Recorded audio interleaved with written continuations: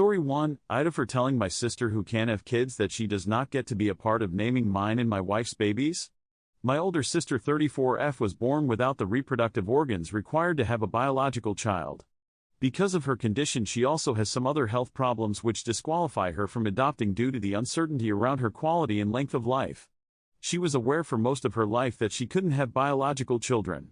That was discovered when she was still very young, but the rest came throughout her 20s. She had dreams of motherhood and had lists of baby names she wanted to use. But she will never be able to use them on children that are hers. What I-28M did not know at the time was she had saved her baby names and was hoping she would get to name or help name my future children. My wife 27F and I are expecting our first child. We haven't announced the sex, but my sister thinks we're having a girl and shared her girl names with us. We thanked her and said we wife and I would discuss what the name would be at some point. My sister looked upset by the response and she then shared her boy names thinking she got it wrong. We gave her the same response. My mom suggested a couple of months ago that it would be generous and kind to let my sister have some input. I told her we felt it was better if we named our child ourselves. My wife and I did look at the list, just to see if we liked any of the names. We did not.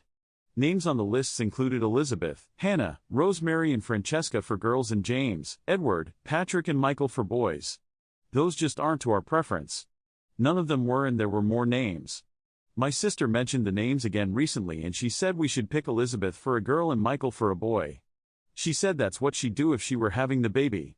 I told her we hadn't made our mind up yet, but we're still in discussions about it. She offered to help and I said no thanks, my wife and I want to figure it out between us. My sister said she wants to be a part of naming all our babies. That she would love to share all her endless thoughts on names that she'll never get to put into her own kid. I told her I understood she wanted that, but my wife and I as parents would name our child and she does not get to be a part of that. I told her I understood that was hurtful to her, but she does not get a say. I also asked her to please stop bringing it up. My sister told me I could let her have at least a little say in this and I said sorry but no. She cried to Mom, who thinks we should be more sensitive, while my dad told my sister I wasn't wrong and she needs to accept that she doesn't get to name our baby. My response has caused a divide among my parents and sister and me.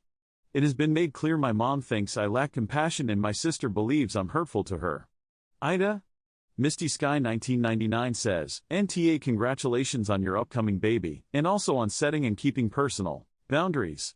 Of course your sister shouldn't be involved in your decisions about rearing your child, including its name. It's very sad about your sister's condition, but that doesn't change things. Your mom is being weird though, getting involved and trying to guilt you. Your dad is right. And you are right for setting a reasonable boundary together with your wife and sticking to it together.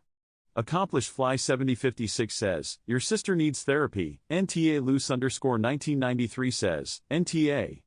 As awful as it is for your sister, this isn't her baby and naming the baby is down to your wife and you. Story 2, AITA for kicking my sister and her boyfriend out because they don't respect my sleep schedule.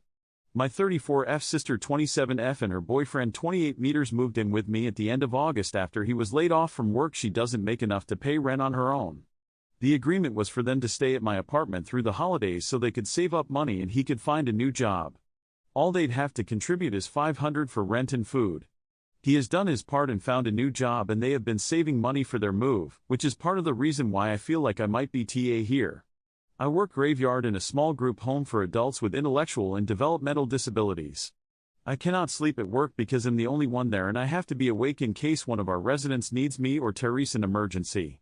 I spend my time at work cleaning, doing documentation, changing people's depends, making their meals for the next day, and giving a few of them their showers in the morning. Needless to say, I have to stay awake and alert the entire time in there. My sister has a difficult time understanding that I need my place to be reasonably quiet during the day so I can get my sleep. I could understand some normal amount of noise, but she took it over the top. Laughing obnoxiously loud, blasting her music or TV in the living room right next to my bedroom, having loud guests over, being very loud in the bathroom and kitchen, etc. I asked very nicely many times to please keep it down, and she always apologized and said okay. But then she started to make it my problem and said I should buy noise-canceling headphones or sleep at my boyfriend's place instead. I finally got upset and told her they're being allowed to stay with me as guests, and if she can't act as such then they need to find somewhere else to stay. She spent the rest of the day calling all her friends and everyone in our family, telling them how horrible I am for threatening to kick them out. Our parents reached out to me and asked if that was true. I told them the situation and they're on my side, but said I should give them the month to figure things out. I called and spoke with her boyfriend and he felt genuinely bad about the situation and had no idea this was an issue.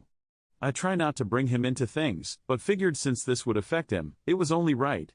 Now she's even more furious with me because I went behind her back and called him and manipulated him into being on my side.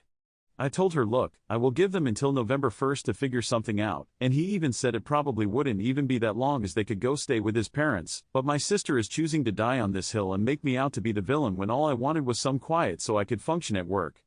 AITA for kicking them out? I do feel bad because her boyfriend is doing what he can and is being reasonable. I just don't understand why my sister can't comprehend that I can't sacrifice my sleep and put my livelihood at risk. Thoughts? Lemon_Charlie says, NTA. She is a guest in your home, she needs to respect you and not invite people over herself. The audacity in suggesting you stay with your boyfriend, effectively kicking you out of your own apartment, is staggering. Her calling you out on contacting people about this is her throwing stones in glass houses because she did exactly that to slander you. You need that rest because your job has you responsible for people who are unable to do things for themselves, and sleep deprivation is dangerous. That trumps any of your sister's needs or wants in your home, or how her boyfriend is impacted. If you're on a lease, what are the rules around guests? Can you defer to that as a reason to kick out your sister? Saintsman says, retired RN. At different points in my career, I worked overnights. The first time, I was young and living at home with parents, 4 younger siblings. I just about lost my mind with constant requests. Examples: did my GF call? Will you please listen for the Sears repairman? Do you know where mom went? I totally relate, and your sister is annoying, and honestly putting your well-being at risk. Being overtired causes accidents, poor performance and even poor health. I had a meltdown at the dinner table that time. My dad was possibly the worst, but they got it, finally. Since your sister has chosen to not understand, because honestly, it's not a difficult concept to grasp, I would suggest calls to her several times a night, turning on lights through a mobile app, perhaps the TV. The William Tell overture blaring from Alexa about 2 hours after her normal bedtime, or my late mom's favorite Saturday call for Wake Up for Teenagers. Mahalia Jackson singing Onward Christian Soldiers. NTA. Malibu_Cola says, NTA. I can't believe the nerve of your sister though. Telling you to buy noise-canceling headphones, or saying you sleep at your boyfriend's? You're being very generous to give them till November 1st. Good luck on these last few days. Story 3, AITA for telling my sister's fiancé that she is infertile? I will try to keep this as simple as possible. My 26M sister Emma 29F was very sick in high school. Her choice was either to die young or be able to conceive children. It was a hard decision for her and she doesn't like to talk about it. She has been dating Adam 29M for about 6 years and he is really nice. The whole family loves him. He proposed to her last year and they were planning to marry in March next year. But here is the problem: Adam really wants children. He always plays around with our little cousins at family events and talks about what he wants to do and teach his future children. We always thought that they were just going to be adopting, so we never brought it up. But since the engagement I have noticed that he always talks about them as their children, as in biological. I don't know how to explain it, but it didn't seem like they were going to adopt a child. After thinking about it for a while, I decided to talk with Emma about it. I asked her out and gently brought up the topic. She did seem a bit angry about me mentioning it, but she explained to me that Adam treats adoption the same as giving birth and that he is happy all the same. It sounded believed, but I know my sister, she was lying. During the entire conversation she could not look me in the eye. After a month I finally decided to talk to Adam. This Sunday we were gathered at my parents' house for dinner, and while everyone was busy and we were alone, I asked Adam how the adoption proceedings were going. Were they going to start now or after they got married? He looked surprised, and asked me what I was talking about. I mentioned how he wants many kids, so they should probably be starting with the whole process early. He asked me if Emma wants to adopt a child because they had never talked about it. Since my parents were coming back, I asked him to talk to me later. Around the end of dinner I asked him for some help with my phone and lead him to the balcony, and I was honest with him. I asked him if he knew that Emma can have children. At first he thought I was joking, but when he saw that I was serious he got this dead look on his face. I told him some of the details and said that it would probably be best if he talked with Emma for the full story. He was quiet for the rest of the evening. When they got how they apparently got in a major fight. I know that he is currently staying with friends and asked for the ring back, but nothing else. Emma hates me. And our parents are mostly on her side and think that I shouldn't have said anything. I thought I was doing the right thing. This is such a huge secret to keep from your future partner, but maybe it really wasn't my place to say anything.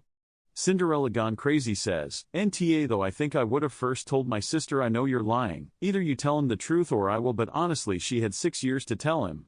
The guy needed to know. Sushi Gwikna says, NTA. I'm struggling with this, because it is obviously such a big betrayal of your sister. It wasn't your secret to tell.